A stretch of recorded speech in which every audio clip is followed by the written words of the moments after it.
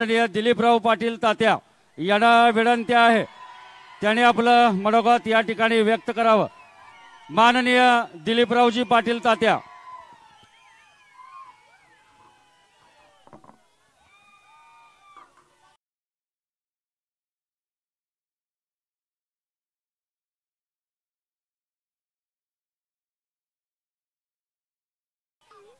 पक्षाचे अध्यक्ष शशिकांत शिंदे साहेब, आमचा आयडॉल आव्हाड साहेब, रोहित दादा, सर्व खासदार आमदार आणि माझ्या सर्व मित्रांनो, मला कधी वाटलं नव्हतं की स्टेशन चौकात बोलायची आपल्यावर वेळ येईल, कारण हा चौक फार ऐतिहासिक आहे। राजाराम बापूंची इथं सभा व्हायची आणि त्या सभेमध्ये आम्ही असायचो। इथं अजितराव घोरपडे, विलासराव जगताप आहेत। परंतु आज परिस्थिती अशी आली की मला बोलल्याशिवाय गत्यंतर नाही असं वाटायला लागलं, कारण हा पडळकर बोलला आणि आव्हाड साहेब 3 दिवस मला झोप नाही, कारण राजाराम बापूंनी मला बोटाला धरून राजकारणामध्ये आणलं आणि संपूर्ण महाराष्ट्र, देश आणि जग दाखवलं। अरे आम्ही विद्यार्थी असताना मला कळत नव्हतं राजकारण कसलं आहे, यायची इच्छाही नव्हती। आता सारखं कुणाचं पाय झिजवायला लागत नव्हतं आणि कारखान्याची मोठी निवडणूक लागली वसंतदादा आणि राजाराम बापूंच्या मध्ये। त्यावेळेला कॉलेजमध्ये काम करत असताना वाळव्याचा हा दिलीप पाटील, राजाराम बापूंनी आपल्या कारखान्याचा संचालक केला। 73 साली इथं असणारे किती जण जन्माला आले ती मला माहित नाही, आणि 73 पासून शेवटच्या क्षणापर्यंत राजाराम बापूंची सावली म्हणून मी राहील। माझ्यावर संस्कार बापूंचे आहेत। तुम्ही नाव दिलंय संस्कार, आजचं ही संस्कार शिबिर। अरे जी माणसाला संस्कार कशाबरोबर खातात माहित नाही, त्याला आपण संस्कार दाखवून उपयोग आहे का? त्याला वाळवे तालुक्याचं पायतान दाखवलं पाहिजे। आज मर्यादा सोडतोय मी, हा, आणि बापूंनी आम्हाला इथं आणलं। अरे या अंगावली कपडे सुद्धा बापूंनी घेतली, संपूर्ण उभा आम्हाला केलं, संस्कार केले। चमचा कसा धरायचा हे शिकवलं, लोकांशी कसं बोलायचं शिकवले। गोड सांगतो, आम्ही एकदा जिल्हा जनता पक्षाचे अध्यक्ष अण्णासाहेब डांगे झाले आणि अण्णासाहेब डांगे, मी राजाराम बापू गाडीतून जातो। मी जरा अण्णासाहेब डांगेची चेष्टा केली, काहीतरी म्हणलो, बापू लागलीच माझ्याकडे डोळे उठून, दिलीप तुला कळतं का रे मोठ्या माणसांशी कसं वागायचं असतं? मी हसून म्हणलो, बापू ह्यो माझा क्लासमेट आहे। अण्णासाहेब डांगे तुझा कसा क्लासमेट? अहो त्यांचा इंग्लिश विषय राहिलता म्हणून माझ्याबरोबर होते। म्हणजे बरोबरच्या माणसाशी सुद्धा कसं वागले बापू शिकवायचे। एकदा रेस्ट हाऊसला होतो आम्ही पुण्याच्या, SM जोशी त्या ठिकाणी, संभाजीराव काकडे, अन्य मंडळी, गप्र प्रधान आली, मी झोपलेलो होतो। कोण झोपले इतके उशीर? दिलीप आहे तो। त्यावेळी मी महाराष्ट्र युवा जनताचा अध्यक्ष होतो। उठू नका म्हणले, रात्री उशीर झालाय। त्यातनं मी उठलो, मला म्हणले बघ तिथं मिसरी काढून ठेवल्या, तेवढा टूथपेस्ट नव्हती, मिसरी काढून ठेवल्या, पाणी भरले आणि तेलाची बाटले आंघोळ करून। अरे कुठला नेता पाणी काढून देणार आहे तुमच्यासाठी? अरे आमच्या शरीराचे जोडे बनवून घातले तर राजाराम बापूचं रोण फेटत नाही। आज जे उभा आहे ती मी आहे।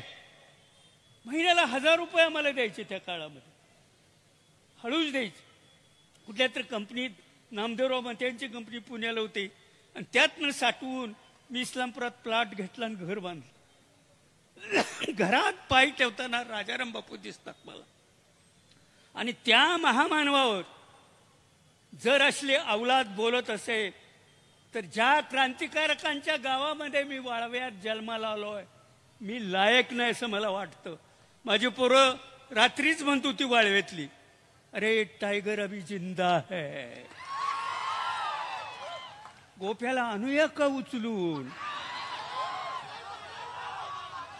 मी म्हणलो थांबा, गोप्या जयंत पाटलाचं नाव घेईल, आपण आणू हाग्या मारू देऊ, त्याला सोडू, सगळं होईल.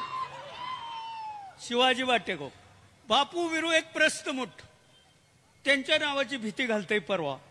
बापू बिरूने कुऱ्हाड कशी चालवायची आम्हाला शिकवली. अरे तू गप्पा कशाला मारतोय? बापू बिरू बघितलंयस का तू? त्या बापू बिरू जवळ आम्ही असायचं. आज शिवाजी कुठनं घडला? आमच्या जवळच की. तरी तू आज बोलला नाही का? दाबागलास परवा म्हणला चड्डी काढून घेतो.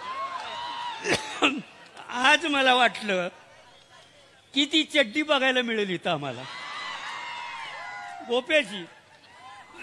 कसं आहे राजकारणामध्ये एकमेकांचं वैर असू दे, पण खालच्या पातळी नको. 50 वर्षात मी अनेक माणसं मोठी पाहिलीत, अनेक मोठ्या माणसांचा सहवास लाभला मला. अनेक गोष्टीमध्ये मी जरा थोडासा आवडसाहेब बाजूला आहे. आता जरा ही बजबज पुरी मनाला न पटणारे. आज इकडं सकाळी असतोय, संध्याकाळी तिकडं जातोय, तिकडे गेला की मंत्री होतोय. आम्ही 50 वर्ष कशाला घालविली निष्ठा? आम्हाला होत नाही मुख्यमंत्री व्हावं.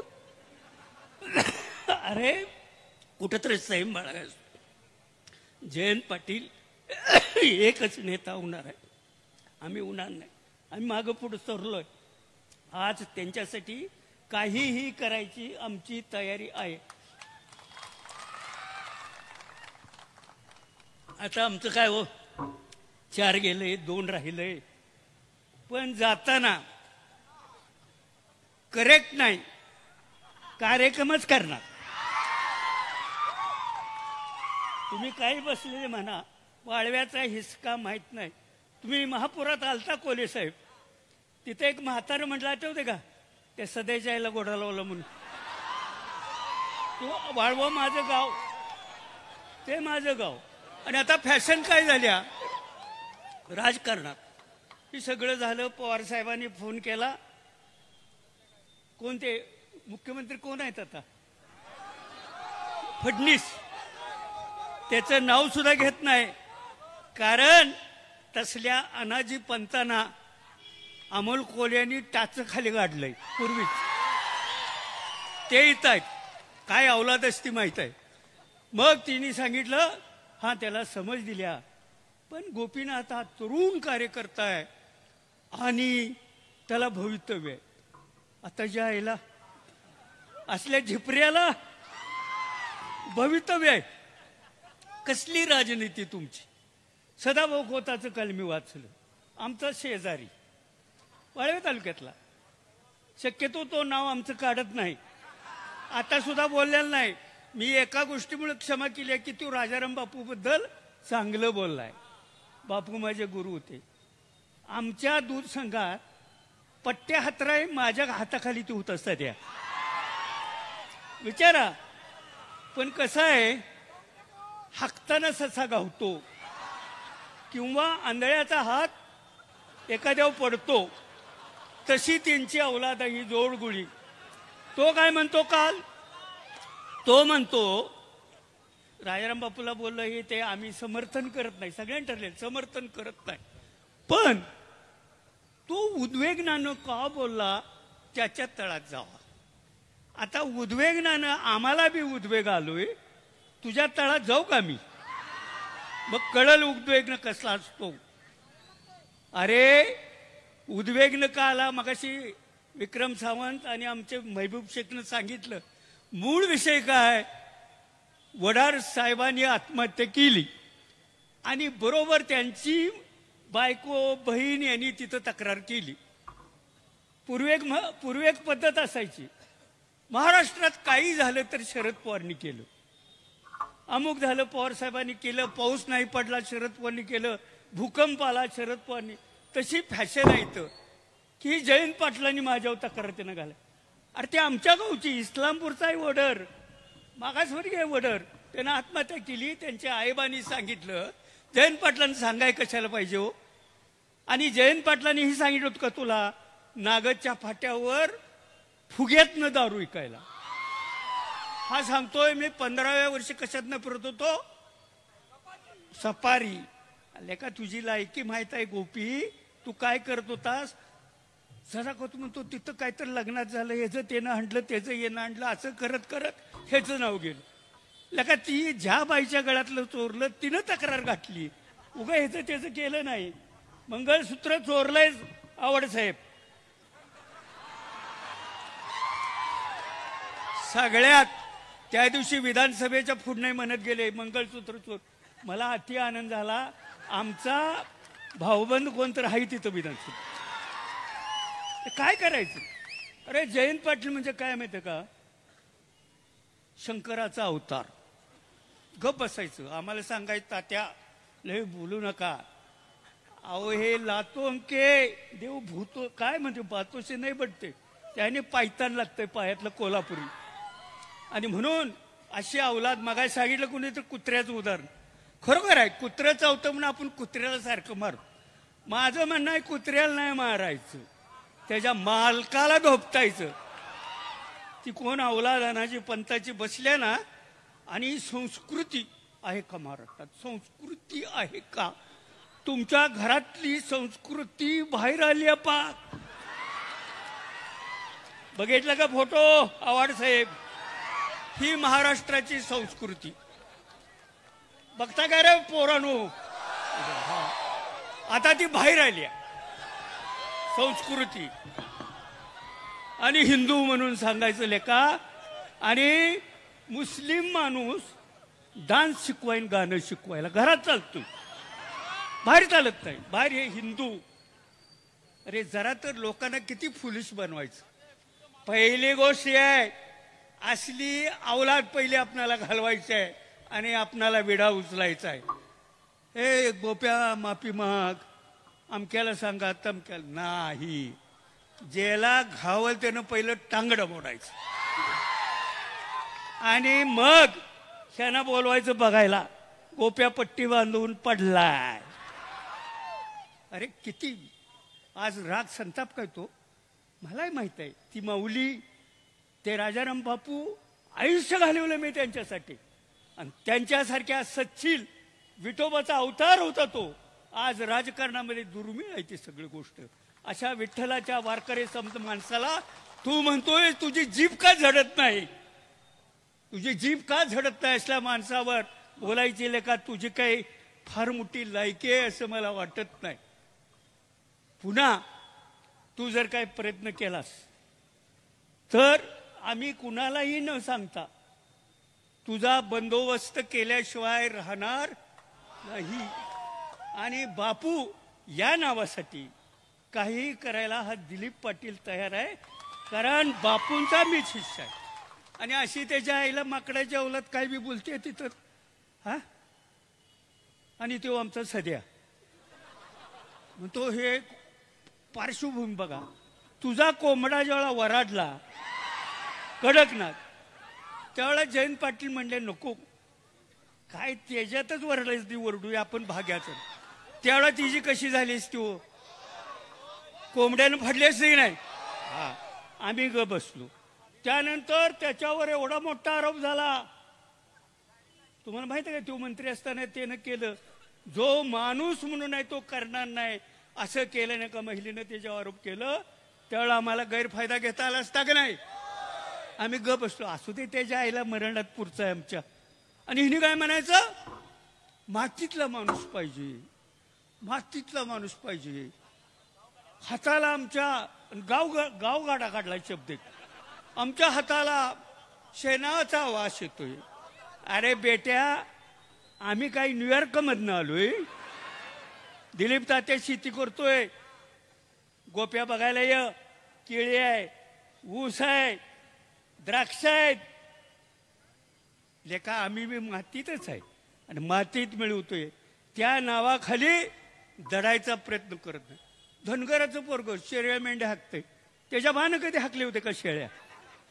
त्याचा बा शिक्षक होता. लबाड बोलतोय हे. घरातनं हाकलून काढलंय. त्याला शिवी द्यायला त्या बावरनं आईवरनं मी दिली असती. पण मी त्याच्या आई वडिलाला एकच म्हणेन तुम्ही फार मोठी चूक केली की असली अवलाद बाहेर सोडली. असली अवलाद बाहेर सोडली हो. काय गोप्यान, काय सदा, काय मादा. काय जायला राजकारणाचा स्तर, कुठं जयंत पाटील, कुठं वसंतदादा. अरे माणसं कशी, शरद पवार एकापेक्षा एक. आम्ही एकदा 7वीच्या पेपरात वाचायचं पुस्तकात, महाराष्ट्राचे शिक्षण मंत्री कोण, मधुकर चौधरी ठरलेलं. असं नाही आज सकाळी पेपरात आलेल्या प्रश्नाला संध्याकाळी दुसराच मंत्री त्या ठिकाणी असतो, असे असायचं. माणसं किती रुबाबदार. बापूंच्याकडे बघितलं की विरोधक सुद्धा स्माइल केलं की प्रॉब्लेम गेलाच कामातनं. असे बापू होते, सच्चिल होते, चांगलं शिकवायचं. एकच शेवटी उदाहरण सांगतो.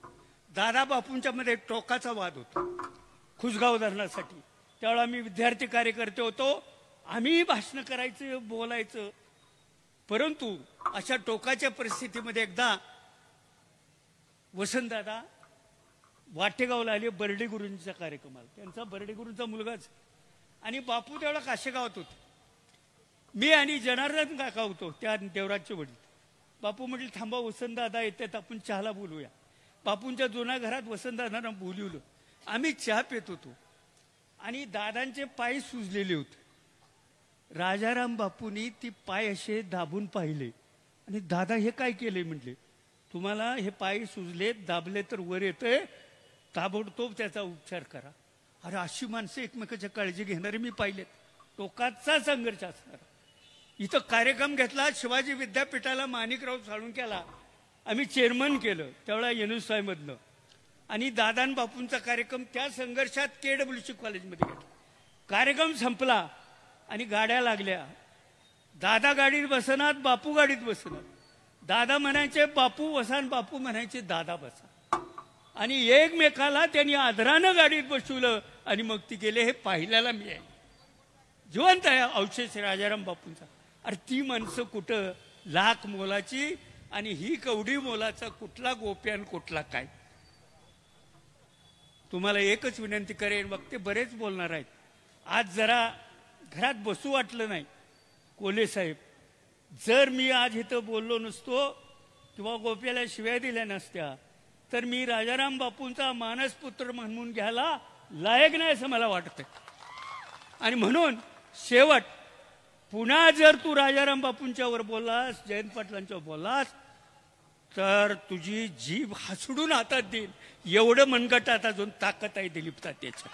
हा पुन्हा नाव काढ सांगतो, त्या जयंत पाटील सदाचे जे राजकारणात आलेलं नाही, जयंत पाटलाला आम्ही राजकारणात आणलंय. आणि आवाड साहेब हातातल्या फोडाप्रमाणे आमच्या तालुक्यानं जपलंय. राजाराम बापूंची जशीच्या तशी टीम जयंत पाटलाच्या मागं उभा राहिली. आज जुनी जी माणसं आहेत पुन्हा छातीचा कोट करून जयंत पाटलाला आणतील. जयंत पाटलाच्या राजकारणाला महाराष्ट्रामध्ये न्यायला आमच्यासारख्या माणसांनी फार जपणूक केलेली आहे. त्याचा उद्रेक 2 दिवस बघतोय आम्ही स्वतः. मी तिकडे गेलो नाही का, पोरं जरा मारू देत, 4 लाता देऊ देत, शिव्या जरा होऊ दे गोंधळ. आणि शेवट आपण बघू. पुन्हा एकदा आपण सर्वजण आल्यात, मला आनंद झाला.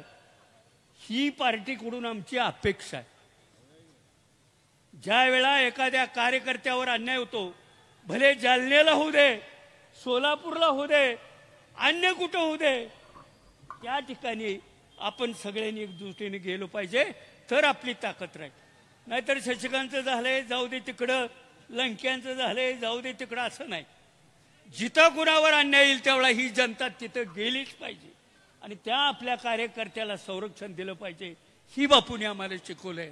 आणि आज पुन्हा इथं बापूंच्या पुतळ्यापुढं बापूंना साक्ष ठेवून मी शपथ घेतली होती. ज्या दिवशी मी राजकारणात मला कारखान्याचं संचालक केलं, मी सांगितलं मावळत्या सूर्याला साक्ष ठेवून सांगेन की राजाराम बापू, तुमच्या राजकारणामध्ये दिलीप पाटील हा बाजी प्रभू होईल, इतर गेलेत पळून त्यांच्यासारखा सूर्याची पिसाळ होणार नाही, हा शब्द दिला.